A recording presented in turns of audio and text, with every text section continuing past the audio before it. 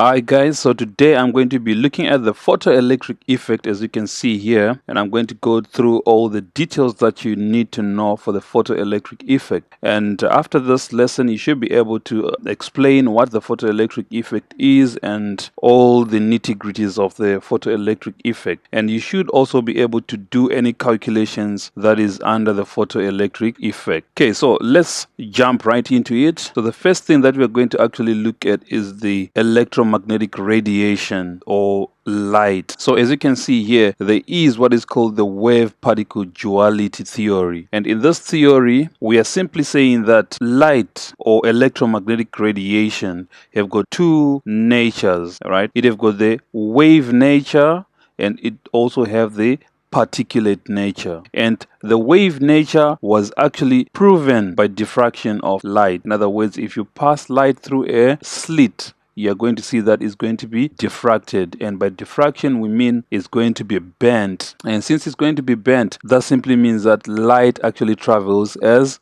waves, because only waves can be diffracted, or it's a property of waves to be diffracted. Otherwise, we are saying if light did not have any wave properties, then it was not going to be diffracted if we pass it through a small opening or a slit. So as you see here, we are simply saying that we observe that this radiation is emitted like waves and is transmitted through space like waves. Thus they have a wave nature. So light actually behaves as waves. And in this diagram here, the wave nature is indicated by this diagram here. And then on the other hand, also, we are also saying that light also behaves as particle. In other words, it have got a particle behavior. And in this diagram, that particle behavior is shown as this. And we are going to go into details regarding that particulate behavior of light. So when we are talking about the particulate behavior of light, we're simply saying that light behaves as if it consists of small packets of energy, which we are going to call photons. So you can see here, these small packets of energy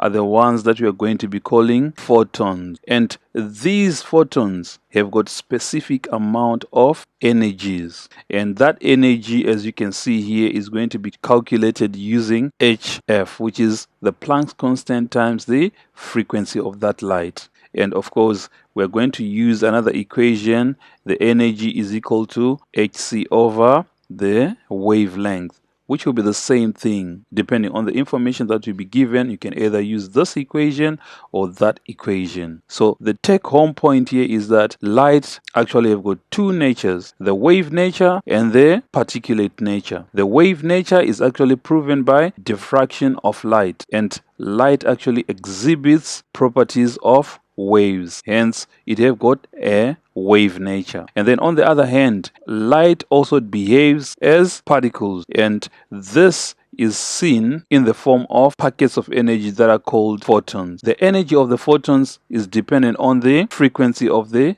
light or the frequency of the radiation. Now let's move on to the photoelectric effect. The photoelectric effect actually proves this nature of light. In other words, this behavior of light. In other words, the particulate behavior of light is going to be proven by the photoelectric effect. Hence we are studying the photoelectric effect. And then, just like I said, the wave nature is going to be proven, or was proven, by the diffraction of light. So those are the main things that you have to understand.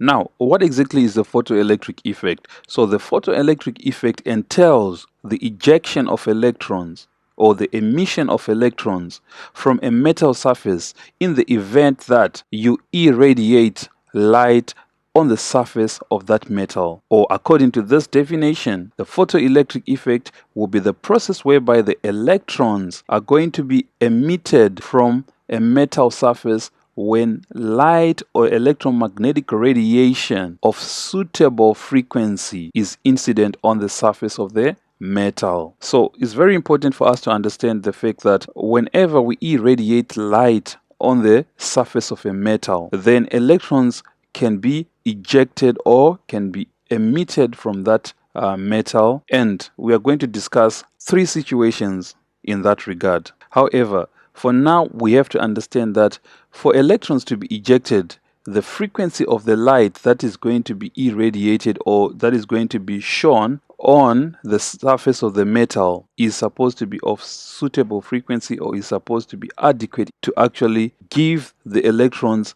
enough energy to be ejected from that metal. So now let's get into the details. We need to actually understand exactly what is a photon. So as I have previously mentioned, a photon is a packet of energy that will be part and parcel of the radiation. So different types of electromagnetic radiations have got different amounts of energies. Since we know that radiation or electromagnetic radiation or light is actually a transmittance of energy from one point to the other, then where is that energy? That energy is in small packets, which we are calling the photons. So these are the packets of energy.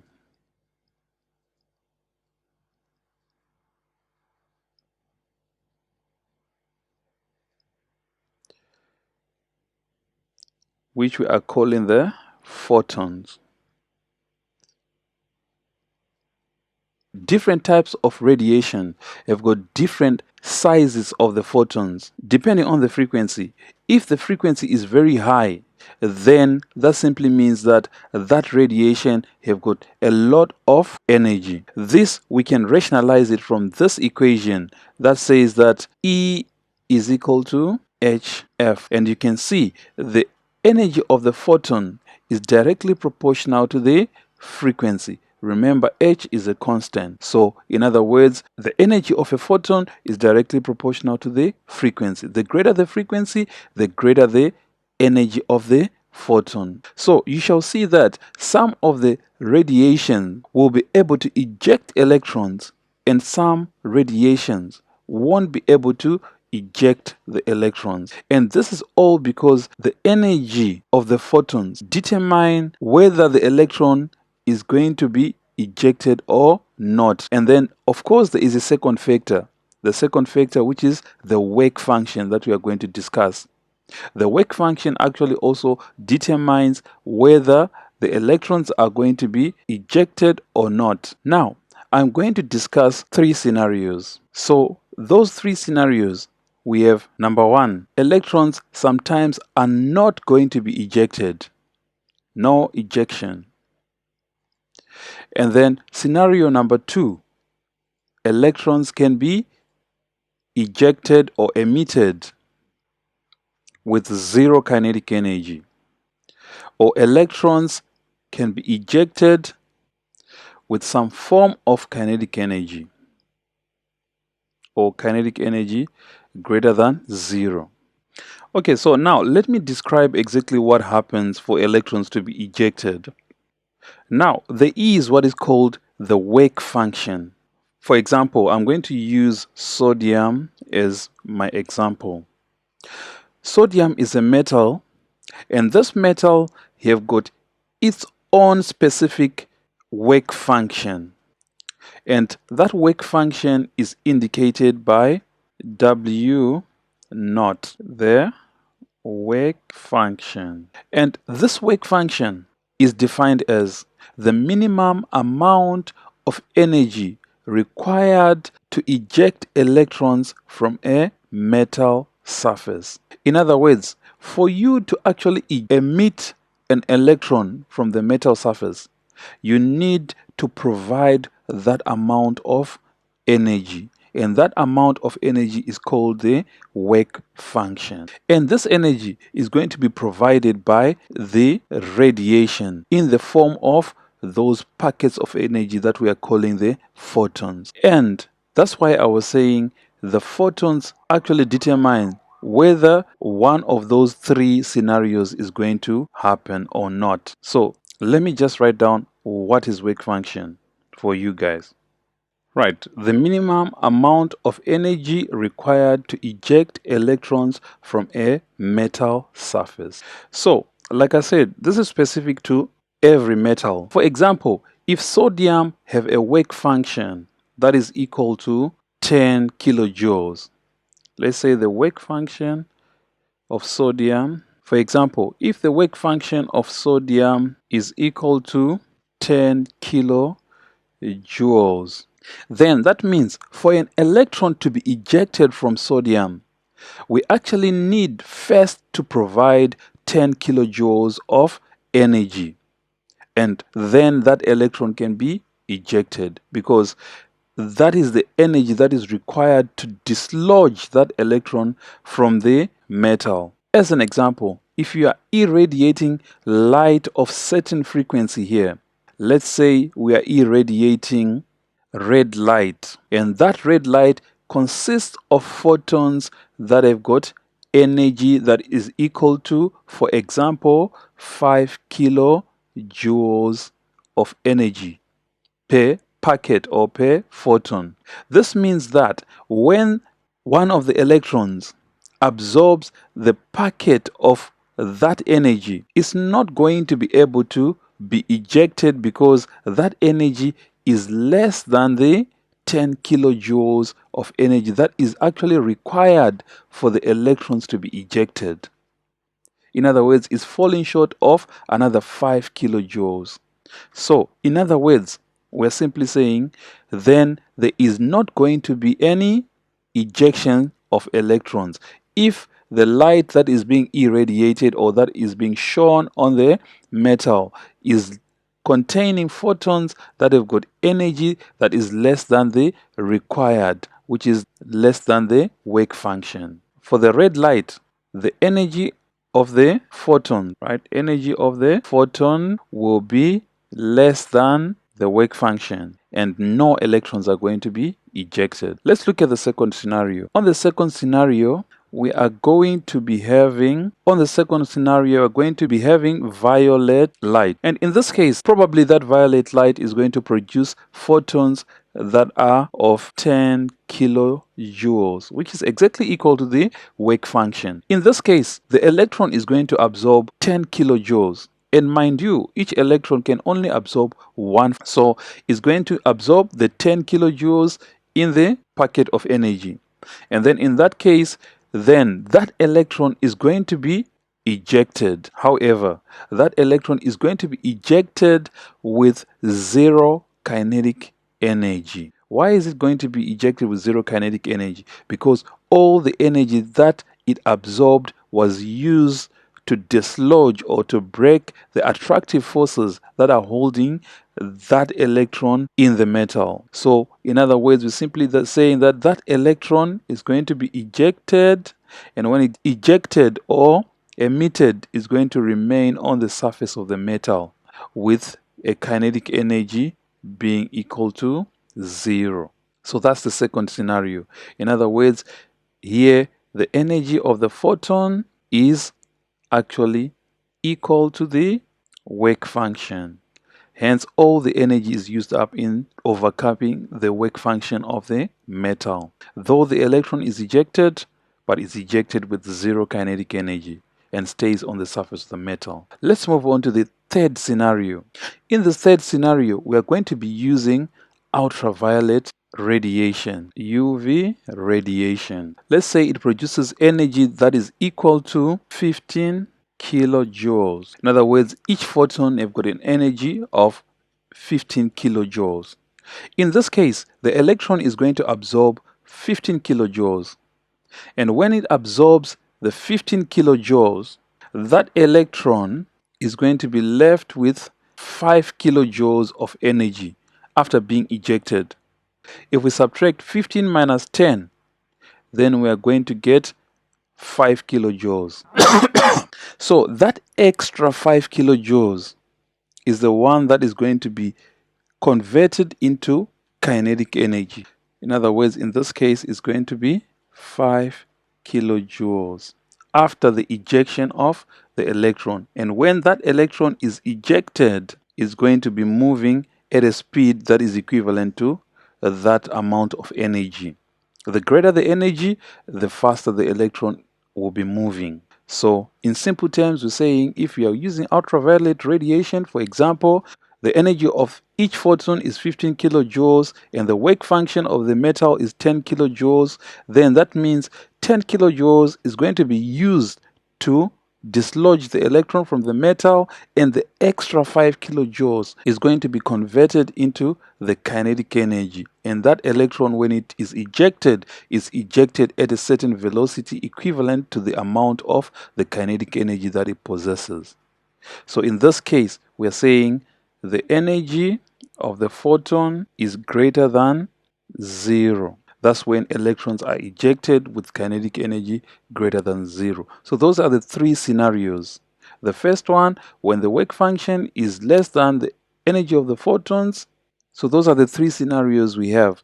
When the energy of the photon is less than the work function, no electrons are going to be ejected. However, if the energy of the photon is equal to the work function, then electrons are going to be ejected. However, they're going to be ejected with 0 kinetic energy. And then the last situation is when the energy of the photon is greater than the work function. Then that simply means that the electrons are going to be ejected, and they're going to be ejected with kinetic energy greater than 0. Take note of that. So those are our three scenarios that you need to know.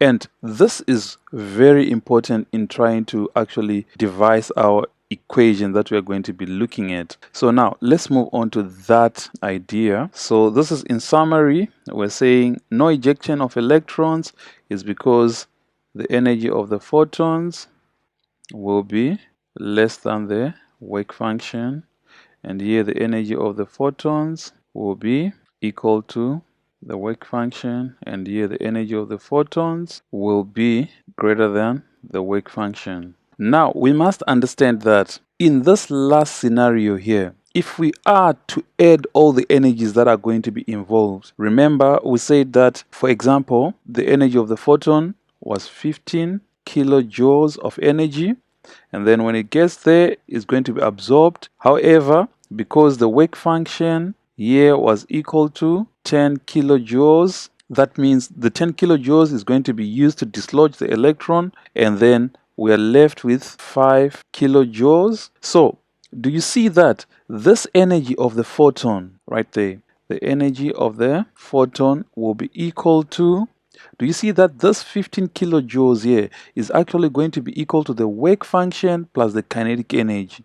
In other words, the work function, that was the energy that was used to break free the electron, plus the kinetic energy, which was left after the energy was absorbed or was used or utilized to dislodge the electron.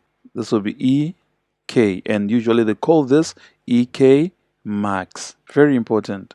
And this gives us this very important equation that we are going to be using in most of our calculations. So take note, this equation is actually a derivation from this scenario where we are saying the energy of the photon will be equal to the work function plus the kinetic energy. Why? Because the work function was removed when the electron is ejected, and it's left with some kinetic energy, and that kinetic energy, we add it, we get the energy of the photon. Now you need to also understand that these electrons that are ejected are also called photoelectrons, because of course they've been ejected as a result of the irradiation of some kind of light towards the surface of the metal, or from absorbing photons of energy from light, and that's why they're called the photoelectrons. So this is the energy of the photon will be equal to the work function plus the kinetic energy. Very important, a very important equation. Now let me move on a bit up here on this equation here. You must understand, right? Remember I told you that there are different types of work functions, and these are properties of metals. As you can see here, we've got different metals here except for carbon. However, carbon can also eject electrons if irradiated with the light of certain frequencies. So as you can see here, we've got different metals, and those different metals have got different amounts of work functions. So it is actually a property of metals. Some metals have got high work function.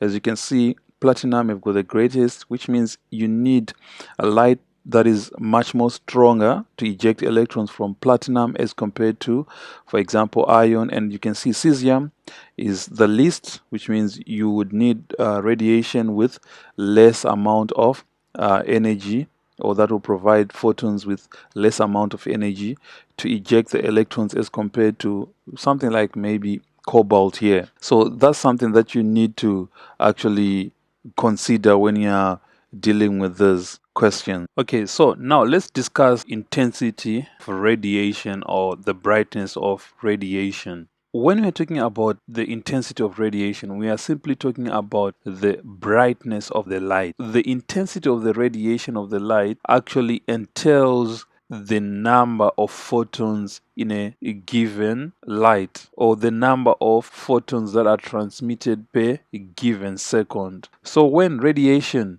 is low intensity, that simply means that we have got a few photons per given second or per given time. For example, here I might say we only have 2 photons, and I'm still using my same example where our work function here is equal to 10 kilojoules, work function of sodium being equal to 10 kilojoules. So now, if for example we have light of 15 kilojoules, then of course electrons are going to be ejected with kinetic energy that is going to be equal to 5 kilojoules.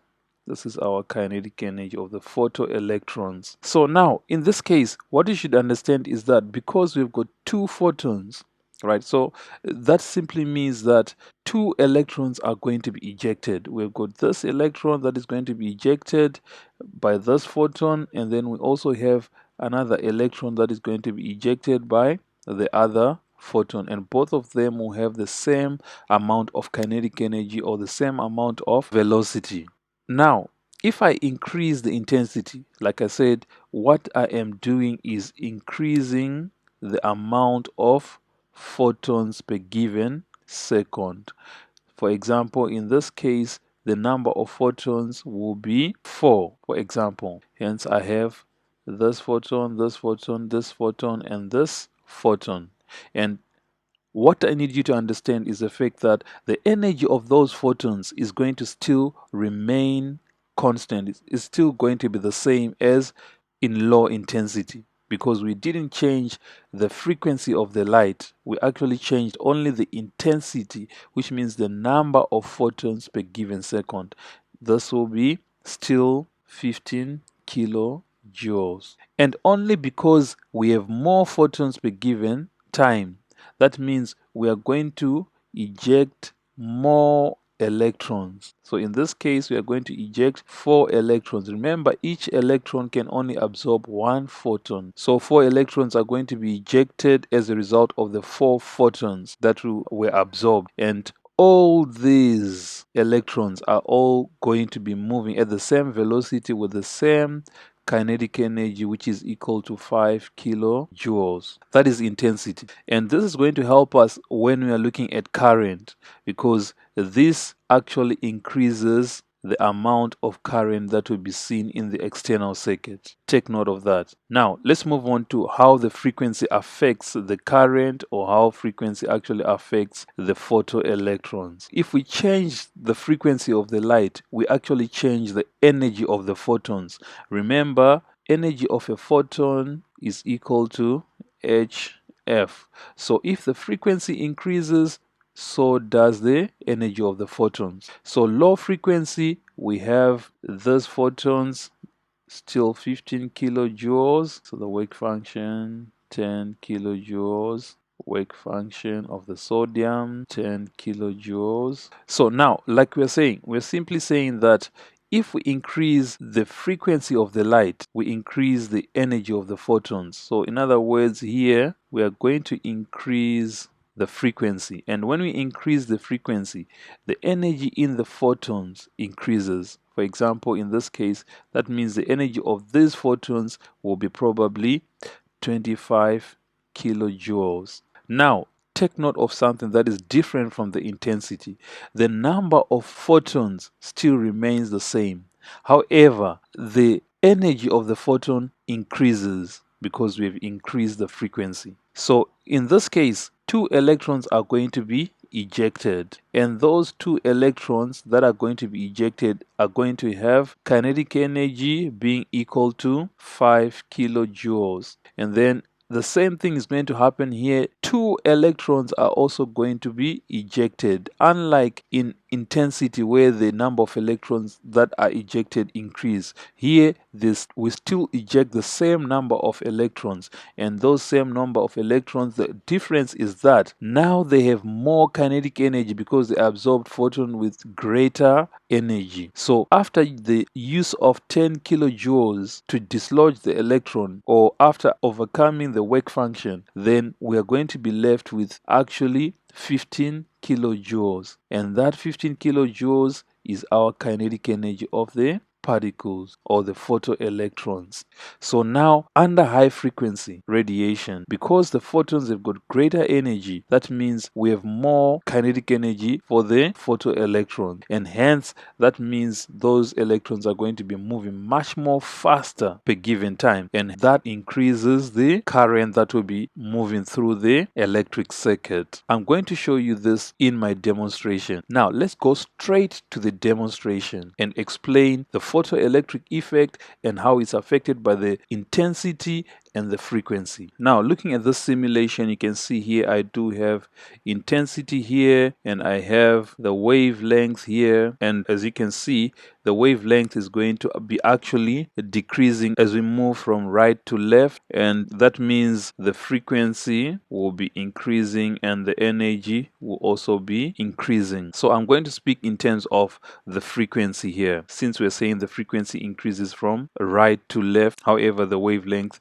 decreases in that direction. As the wavelength decreases, the frequency increases. Remember, we said energy is equal to hc over lambda, and they are inversely proportional. So that means as the wavelength increases, the energy decreases. As the wavelength decreases, the energy actually increases, or the energy of the photons increases. Right, and then in intensity, we simply say it is the brightness of the light, the number of photons per given second. Right, okay, so now let's get into detail. Remember, the work function we said is the minimum amount of energy required for electrons in the metal to be ejected. Now, starting with the work function, for photoelectrons to be ejected, the photons must have enough energy equal to or greater than the work function. In that case, if I increase my intensity here to 50% or 48 is fine. So as you can see,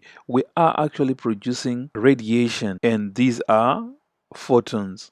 We can show it as light like this. However, these photons have got energy that is actually less than the work function, and hence you can see the sodium metal is not ejecting any electrons. However, you shall see as I increase the energy of the photons by decreasing the wavelength or by increasing the frequency, you can see now the energy of the photons is increasing, and once we reach the violet, then the light have enough energy to eject electrons. In other words, the photons have enough energy to eject the electrons. So at this point now, we have got energy that is greater than the work function, because now electrons, once they absorb the photons of energy, they are able to get ejected because the work function would have been overcome. Now if I continue to increase, that means I'm giving more energy to the electrons, and as you can see, their velocity have increased. This simply means that the amount of energy in the photons is very much greater than the work function, such that there is a lot of energy that is going to be left as kinetic energy after the work function have been overcome. So now let's look at the intensity, right? If the intensity is 0, that means the brightness of light is 0, there's no light. However, if I increase my intensity, that simply means that in this case we are producing only 1 photon per given time. But as I increase my intensity, you are going to see that I'm going to be releasing more photons per given time. However, those photons will have the same energy, and hence all the electrons that are going to be ejected will have the same kinetic energy. As I increase my intensity, you can also see that the number of photons that are going to be ejected increases because we have got light that is consisting of many photons. However, take note, the kinetic energy of the particles still remains the same, hence their velocity is still the same. I'm going to demonstrate this on light of low frequency. So for example, I decrease the frequency,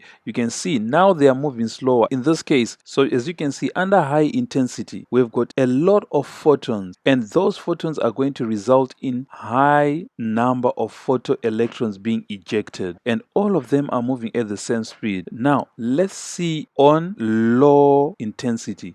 On low intensity, you can see there are a few photons that are produced per given time, and also that leads to a few electrons being produced. And I want you to take note of the current. So when we are under low intensity of 28%, the current is 0.018. However, if I increase the intensity, we are going to expect that the current is going to increase because now we'll be producing more electrons per given time. So if I increase my intensity to 100, as you can see, my current also increases from 0.018 to 0.067. This simply means that now we have got more electrons per given time. However, take note, the speed of the electrons remains the same because the energy of the photons didn't increase. It's only the number of electrons that are ejected per given time that would have increased. Now, let's move on to actually explaining the frequency.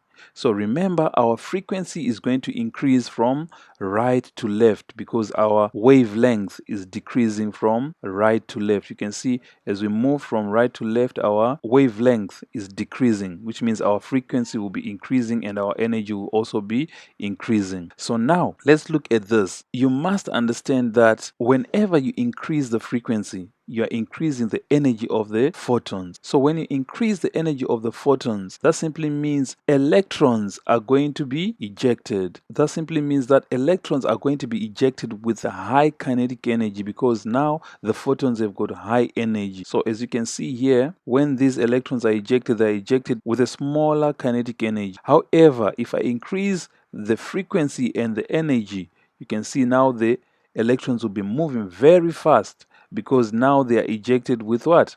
With high kinetic energy. And as you can see, also the current will be very high under high frequency. However, if I decrease the frequency, you can see the current also decreases because now the electrons will be ejected with less kinetic energy, and hence there is less charge per given time under low frequency and high rate of flow of charge under high frequency. Okay, this is the end of the lesson. If you enjoyed it, please like and subscribe. Thank you.